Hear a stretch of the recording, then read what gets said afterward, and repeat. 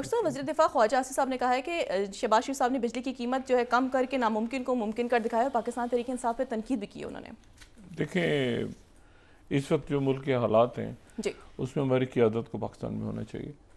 और अगर कोई बहुत ज़रूरी दौरे हों बाहर के, या बलूचिस्तान की जो सूरत हाल है जी, और जो सिंध के अंदर मामला चल रहे हैं, सिंध पंजाब में, मुझे नहीं पता कि ये क्या पीपल्स पार्टी कुछ और कह रही है, हुकूमत जो मुस्लिम लीग नून है उनका कहना है कि पीपल्स पार्टी ऑन बोर्ड थी, क्या इनके मामलात हैं, लेकिन बहरान बहुत ज़्यादा हैं। सही। तो इनको बैठ के यहाँ पे इसको मामलात को सुलझाना चाहिए। और मेरा ख्याल है कि बहुत ज़रूरी हो अगर इन हालात में तो बाहर के दौरे करें, अगर समझते हैं कि ज़रूरी है दौरे तो करें। बिलावल साहब भी शायद जा रहे हैं बाहर 17 तारीख तक, तो जरदारी साहब की तबीयत भी ठीक नहीं है, तो फिर मुल्क जो है उसमें तो बहुत इस वक्त इश्यूज ऐसे हैं कि क़यादत यहाँ पे मौजूद हो तो ही फिर मसाइल का हल होगा। तो अगर बहुत ज़रूरी है तो फिर जा रहे हैं बाहर, ठीक है, लेकिन उसकी वजह कोई बात ज़ाहिर समझ में नहीं आती। जो तहरीक इंसाफ है उसके रहनुमा आपस में उनकी उलझने हैं, वो भी समझ से बाहर हैं कि इस वक्त वो क्यों इस वक्त वो आपस में दस्तो गिरेबां हैं। और हालात जो हैं वो दुनिया के तो बड़े पेचीदा और ख़राब से ख़राब तर हो रहे हैं। जंगों के भी, नई जंगों के इशारे भी सामने आ रहे हैं। और मईशत तो जो मैंने कल भी बात की थी, और मतलब माशी तौर पे दुनिया लरज़ रही है इस वक्त, जंगें और उसके बाद कोविड और एक मुख्तलिफ ब्लॉक्स का टूटना और फिर टैरिफ्स का आना और ये सारा कुछ जो है, तो ये तो एक बहुत अब कल भी मैं बात कह रहा था कि बहुत ही अनसर्टिनिटी दुनिया में बढ़ गई है और बढ़ने जा रही है। सही। और उसमें बेरोज़गारी और कसाद, अगर रिसेशन की तरफ दुनिया चली जाती है, जो जेपी मॉर्गन का कहना है कि 60% चांसेस हैं कि रिसेशन, कसाद बाजारी, यानी सारी मईशत ही ठंडी हो जाए पूरी दुनिया में और बेरोज़गारी बढ़ जाए, और ये सारा आने वाले दिनों में है। 70% जो EU की एक्सपोर्ट्स हैं अमेरिका की तरफ जाती हैं, और उनको 380 बिलियन, कितने 380 बिलियन का यूरोपीय मुल्कों को सालाना का नुकसान है। 380 बिलियन। ये वो EU है जो आज से ठीक एक हफ्ता पहले या 12 दिन पहले कोई 800 बिलियन के कोई कोलिजन ऑफ विलिंग बनाने की फौजी खर्चे की बात कर रहा था। इन टैरिफ्स के नतीजे में उनको 380 बिलियन का उनको नुकसान है। और उन्होंने जो है वो भी जवाब में, यूरोपीय यूनियन ने जवाब में 28 बिलियन के टैरिफ्स अमेरिका पे आयद कर दिए हैं। तो यानी 3 मुल्क ऐसे हैं अभी तक जिन्होंने अमेरिका पे जवाबी टैरिफ्स आयद किए हैं। EU मुल्क तो नहीं है, लेकिन EU ने 28 बिलियन डॉलर के टैरिफ्स आयद कर दिए हैं अमेरिका पे। और उसमें मुखालफत इटली की तरफ से हो रही थी, स्पेन की तरफ से हो रही थी, लेकिन मैक्रों और जो जर्मनी है उन्होंने, अच्छा इसका इजलास कल होगा और इसके ऊपर वोटिंग होगी मंगल या बुध को, और उसके बाद फिर इसका फैसला होगा कि ये 28 बिलियन जो है ये अमेरिका को जवाब दिया जाए कि ना जवाब दिया जाए, क्योंकि कनाडा ने जवाब दिया है। और कनाडा की तरफ से जो है वो उनके ऑटोमोबाइल्स पे, और जो उन्होंने कहा है कि हम मैच करेंगे जितने हमारे ऊपर टैक्स लगे हैं। अभी तो टैक्स नहीं लगा, अभी तो टैक्स नहीं लगे, पहले उन पे लग चुके हैं, वो जो एल्युमिनियम और वो। तो उनके जो वज़ीर आज़म, मुंतख़ब वज़ीर आज़म है मार्क कैर्नी, उन्होंने कहा है कि 35 बिलियन 35 बिलियन के हम टैक्सेस अमेरिका पे लगाएंगे। और अभी इलेक्ट उनका फ़ाइनल होना है, ऐलान वगैरह, उनकी हलफ बर्दारी की तकरीब वगैरह, लेकिन वो बहरहाल वो अगले रहनुमा है, तो उन्होंने ये कहा है कि 35 बिलियन, तो 35 बिलियन की वो टैरिफ आयद करने जा रहे हैं और ईयू की तरफ से अमेरिका पे हो रहा है, और साथ ही चाइना 34 बिलियन के टैक्स 34% टैरिफ जो है वो चाइना आयद कर चुका है अमेरिका के जवाब में। तो पूरी दुनिया की मईशत तबाही और बर्बादी का शिकार है इस वक्त। और कल अब जो स्टॉक मार्केट्स खुलेंगी तो उन स्टॉक मार्केट्स में फिर कल ब्लड बाथ दोबारा हमें नज़र आएगा मज़ीद, और ये ब्लड बाथ होगा। और इसके ऊपर जो है ये सारे इश्यूज तो अपनी जगह चल रहे हैं, लेकिन इसमें जो इम्पोर्टेंट बात है वो ये है कि अजीब व गरीब वाक़यात हैं। यूरोपीय यूनियन जो है वो उन्होंने आज से पिछले 2 हफ्ते 3 हफ्ते में ईयू को अगर देखें हम कि ईयू में क्या होता रहा टैरिफ से पहले, तो यूरोपीय ममालिक के इजलास होते रहे कि जी अमेरिका अगर निकल भी जाता है तो हम रशिया से लड़ेंगे, और कोलिजन ऑफ विलिंग बनेगी, $800 बिलियन इकट्ठे होंगे। प्रेसिडेंट मैक्रोन ने कई इजलास तलब किए, हम इस पर डिस्कस करते रहे हैं। प्रेसिडेंट मैक्रोन जो बरतानवी वज़ीर आज़म है केयर स्टेमर, वो बाकी जो हैं जर्मन्स, बाकी लोग कि हम किसी सूरत यहाँ पे अमेरिका निकल भी जाता है तो हम यहाँ पे अपनी फ़ौज बनाएंगे, अपनी डिफेंस स्पेंडिंग्स को बढ़ाएंगे। हम यहाँ पे जो हैं वो कई इजलास हुए प्रेसिडेंट मैक्रोन के ज़ेर सदारत भी और बाकी बरतानिया भी और सारे। अब जनाब अब मैंने कहा ना कि बहुत ऐसी बातें हैं कि उसको समझ से बाहर है कि क्या एक अजीब सी सूरत हाल है। अब ईयू की तरफ से ये फैसला किया गया है कि हम भी रशिया से मुज़ाकरात करें।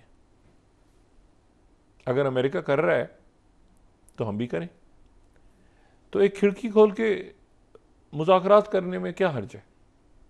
अगर वहाँ स्टीव विटकॉफ के तहत के ज़रिए जो है और उनके जो किरिल दिमित्रिव हैं उनके ज़रिए अगर मुज़ाकरात हो रहे हैं तो ईयू को भी मुज़ाकरात करने चाहिए।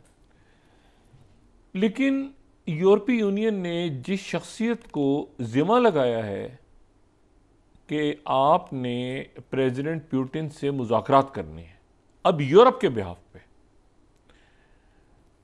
तो 8वीं स्लाइड अगर हम देखें तो वो शख्सियत जो है वो खुद प्रेसिडेंट मैक्रोन है। यानी वो प्रेसिडेंट मैक्रोन, मैं डेली टेलीग्राफ को देख रहा हूँ और मतलब आदमी पढ़े और सर धुने। भाई प्रेसिडेंट मैक्रोन तो अभी कोलिजन ऑफ विलिंग बना रहे थे, ये 8 स्लाइड टेलीग्राफ क्या बता रहा है, कुछ समझ से बाहर है चीज़ें, कहाँ क्या है कुछ हमें समझ में, मतलब मैक्रोन जो हैं वो पॉइंटमैन होंगे सीज फायर टॉक्स के लिए प्रेसिडेंट पुतिन से। और प्रेसिडेंट पुतिन से ये कैसे, इन्होंने तो ये तो अभी मतलब अभी थोड़े दिन पहले तो वहाँ पे नेटो के इजलास हो रहे थे, ब्रसल्स में इजलास हो रहे थे, कोई कोलिजन ऑफ विलिंग बन रहा था, कोई रशिया से लड़ाई होनी थी, कोई फौजों ने इकट्ठा होना था, कोई डिफेंस स्पेंडिंग। अब प्रेसिडेंट मैक्रोन ही पुतिन से मुलाकात के लिए जो है वो अपॉइंटमेंट होंगे। मतलब बस ये मतलब आदमी सुने और सर धुने की क्या हो क्या रहा है दुनिया में। अच्छा, प्रेसिडेंट मैक्रोन बड़ा ज़बरदस्त आदमी है, और ये जो है ये जब जंग शुरू हो गई ना 2022 की, तो ये जंग इवन शुरू होने के बाद, रशिया और यूक्रेन की जंग शुरू होने के बाद भी ये जाके मिले प्रेसिडेंट पुतिन से। और प्रेसिडेंट पुतिन से जब ये मिले तो 20 फुट लंबी एक मेज के एक कोने पे प्रेसिडेंट पुतिन और एक कोने पे प्रेसिडेंट मैक्रोन। तस्वीर देख के आदमी सोचेगा ये कैसी मेज है।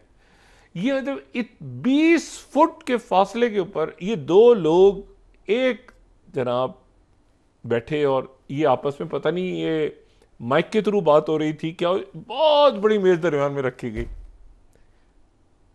ठीक है, अच्छा अब मिलेंगे तो देखते हैं कैसे मिलते हैं, अब कब मिलते हैं, क्या होता है। एक बहुत बड़ी मेज दरमियान में, हैरान कुन हद तक मेज। अच्छा जी, अच्छा है, बहुत अच्छा है, मिलना चाहिए, मिलें। लेकिन जो मसला है वो ये है कि ये मेज क्यों रखी गई थी,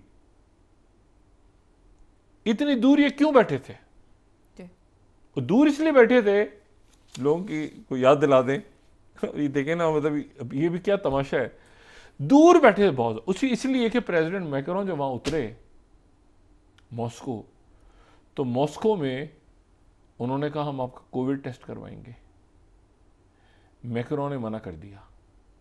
उन्होंने कहा कि कोविड का टेस्ट मैं रशिया में नहीं करवाऊंगा, और उसकी वजह यह है कि मेरा जो डीएनए है कोविड टेस्ट के दौरान वो रशियंस चुरा लेंगे। यहां मैं कोट कर रहा हूं रॉयटर्स 12, ये है 11 फरवरी 2022 का। Macron refused Russian Covid test in Putin trip over DNA theft fears. दूर खड़े हैं, देखें डिस्टेंस देखें इनका, दूर प्रेस कॉन्फ्रेंस हो रही, मेज देखें कितनी दूर है। ये भी तारीख के में इंटरेस्टिंग वाकयात है ना। अच्छा, उस फिर फॉर्ब्स ने भी स्टोरी को कवर किया 13th। उन्होंने कहा कि table separating Macron and Putin was so long due to Macron's reported fears over Russian spying via PCR test. Washington Post ने इसको और ग्लैमराइज किया। 14th उन्होंने कहा Macron refuse to take up Russian PCR test, the Kremlin says, so he face Putin as a 20 foot table. 20 foot दूर बैठे, उन्होंने कहा ये मेरा डीएनए चुरा लेगा। अच्छा, अब डीएनए क्यों चुरा लेगा भाई? डीएनए का क्या चक्कर है? तो उसके लिए हम 2012 में चले जाते हैं। 2012 में जाके अटलांटिक जिसने अभी ये सिग्नल चैट का पूरा स्कैंडल सामने लेकर आए, उन्होंने उस जमाने में एक बड़ी इंटरेस्टिंग उसमें एक आर्टिकल आया था, और वो था hacking the presidents DNA 15th। और वो कहते हैं कि यूएस गवर्नमेंट जो है वो एक बड़ा उसमें इंपॉर्टेंट उनका कंसर्न है कि जो प्रेसिडेंट हैं बराक ओबामा का डीएनए उसको प्रोटेक्ट करना बड़ा ज़रूरी है, क्योंकि ये जो डीएनए है ये अगर डीकोड हो जाता है तो जेनेटिक ब्लूप्रिंट्स जो हैं वो कॉम्प्रोमाइजिंग इंफॉर्मेशंस, और आगे बहुत देर नहीं लगेगी उस वक्त टेक्नोलॉजी और ये जो बायोलॉजी और सिंथेटिक बायोलॉजी और ये वायरोलॉजी और ये सारे काम जो हैं, जो ये सारे लैब्स शुरू हो गए थे, तो उन्होंने ये कहा कि ये आगे जाके बहुत दूर नहीं लगेगी, not to distinct future, they may provide something more as well, the basis of creation of personalised bio weapons that could take down a president and leave no trace. यानी अब डीएनए क्या है? नाखून, बाल, ऐसे कपड़ों पे। तो जो अमेरिकन इंटेलिजेंस है वो खामोशी से अपने प्रेसिडेंट के डीएनए को भी प्रोटेक्ट करती है, क्योंकि प्रेसिडेंट का जो डीएनए है वो उससे स्पेसिफिक बायो वेपन तैयार हो सकता है, और वो बायो वेपन जो है वो प्रेसिडेंट की जान ले सकता है। तो अमेरिका की जो सीक्रेट सर्विस है उसने उसके बाद फिर अपने प्रेसिडेंट्स के, और ये मैं यूनाइटेड स्टेट्स 16th ये उनके प्रोटोकॉल को यहाँ पे करके और फिर बात आगे निकालते हैं हम। 16th प्रोटेक्टिंग लीडर्स, तो यूनाइटेड स्टेट्स की जो सीक्रेट सर्विस है वो अपने प्रेसिडेंट को साइबर और केमिकल और बायो वेपन्स से भी महफूज रखती है। तो बायोलॉजिकल वेपन्स, तो बायोलॉजिकल वेपन से महफूज रखने के लिए एक तो बायो वेपन्स और वो सारी चीज़ है ना कि कोविड फैल के बारे में, बायोलॉजिकल वेपन वो प्रेसिडेंट के डीएनए को सीक्रेट सर्विस सेव करती है कि वो स्पेसिफिकली डीएनए, इसीलिए वो मैक्रोन ने अपना टेस्ट ही करवाया था। ठीक है, मैक्रोन ने कहा मेरे डीएनए चोरी करके और ये अटैक हो जाएगा आगे जाके, स्पेसिफिकली ये कोई ऐसा बनाएंगे। अब मैक्रोन जो है वो उनके पॉइंट मैन है जो गुफ्तगू शुरू करेंगे वहाँ से, और गुफ्तगू उनकी स्टार्ट करेंगे ईयू मैक्रोन के तहत। मैक्रोन जाहिर है कि वो मतलब मैक्रोन ठीक है, मतलब उनका जो भी स्टांस है, लेकिन उनकी एक जो है वो जंग शुरू होने के बाद भी वो गए थे, और प्रेसिडेंट पुतिन के साथ उनका वो लव एंड हेट वाला सिलसिला है, जैसे वो ट्रम्प के साथ रहा है ना, पहले उन्होंने ब्रेन डेड कह दिया था नेटो को। तो वो जो है वो मैक्रों जो है वो अगर जाते हैं तो मैं कहता प्रेसिडेंट पुतिन उनको वेलकम भी करेंगे, बातचीत भी होगी और मेज़ भी छोटी होगी। तो वो जो है उनको उनकी जिम्मेदारी लगा दी है कि जी वो वहाँ पे जाके मिलेंगे, बात करेंगे, और वो यहाँ पे मामलात देखेंगे। और इसी दौरान जो है वो प्रेसिडेंट ट्रम्प के की टीम का कहना है कि कोई 50 मुल्क ऐसे हैं जिन्होंने हमसे रब्ता किया है कि जी बराए करम ये टैरिफ कम करें, हम ये नज़र षानी करें। और उसमें जो है वो पाकिस्तान भी कह रहा है, बाकी मुल्क भी कह रहे हैं कि नज़र षानी करें, बराए करम ये टैरिफ वैरिफ कम करें आप। लेकिन क्या वो टैरिफ कम करेंगे या नहीं करेंगे? पूरी दुनिया में कल मुजाहरे हुए हैं उनके और इलॉन मस्क के और ट्रम्प के खिलाफ, पूरी दुनिया में मुजाहरे हुए हैं, अमेरिका समेत। लेकिन ये है कि क्या वो करेंगे या नहीं करेंगे, अभी ये सवाल है।